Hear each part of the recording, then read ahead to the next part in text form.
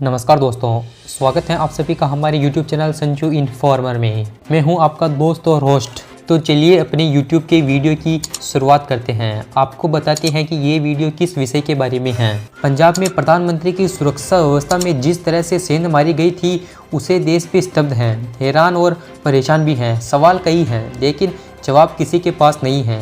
राजनीतिक मंच पर एक दूसरे पर हमलावर नेता भी मोदी की सुरक्षा व्यवस्था को लेकर नाराज दिखाई दे रहे हैं। इसमें यह खबर भी सामने आई कि पंजाब के एडीजीपी लॉ एंड ऑर्डर ने पहले से ही अलर्ट जारी कर दिया था, लेकिन इसके बावजूद इस तरह की चूक देखी गई। खैर, इस खबर में बात करेंगे मोदी की परछाई एसपीजी कमांडो के बारे में।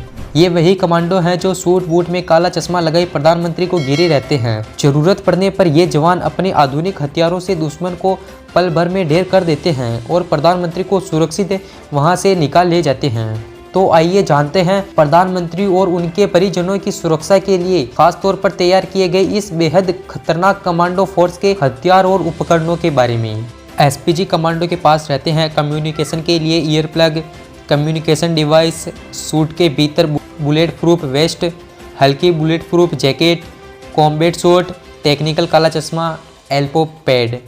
एसपीजी कमांडो के पास एडवांस हैंडगन FN57 रहती हैं, जो मेड इन बेल्जियम है। इसके कारतूस का साइज 5.7 × 28 mm है और इसकी रेंज 50 m। एक बार में इस गन से सेमी ऑटोमेटिक मोड में 20 राउंड की फायरिंग की जा सकती है। इसी के साथ एसपीजी कमांडो के पास FNP90 सब मशीन गन भी होती है। ये भी मेड इन बेल्जियम है। इसके कारतूस का साइज 5.1 × 28 mm है, जिसकी रेंज 200 मीटर है। फुली ऑटोमेटिक मोड में ये 50 राउंड की फायरिंग कर सकती है। इतना ही नहीं, इन कमांडो के पास FN2000 असोल्ट राइफल भी रहती हैं, जिसके कारतूस का साइज 5.5 × 45 mm और 500 मीटर रेंज के साथ सेमी और फुल्ली ऑटोमेटिक मोड में 30 राउंड की फायरिंग की जा सकती हैं। हथियारों से लेस एसपीजी कमांडो पलक झपकते ही हमलावर को ढेर कर सकते हैं और इन रखवालों के साथ पीएम एकदम सेफ रहते हैं। ऐसी ही खबरों के लिए जुड़े रहे हमारे यूट्यूब चैनल संजू इन्फॉर्मर के साथ। प्रधानमंत्री के पद पर रहते हुए 1984 में इंदिरा गांधी की हत्या हुई। उसके बाद 1985 में एसपीजी बनी। 1988 में स्पेशल प्रोटेक्शन ग्रुप एक्ट 1988 पारित करके उसका औपचारिक गठन किया गया। केंद्रीय सशस्त्र पुलिस बल यानी CAFP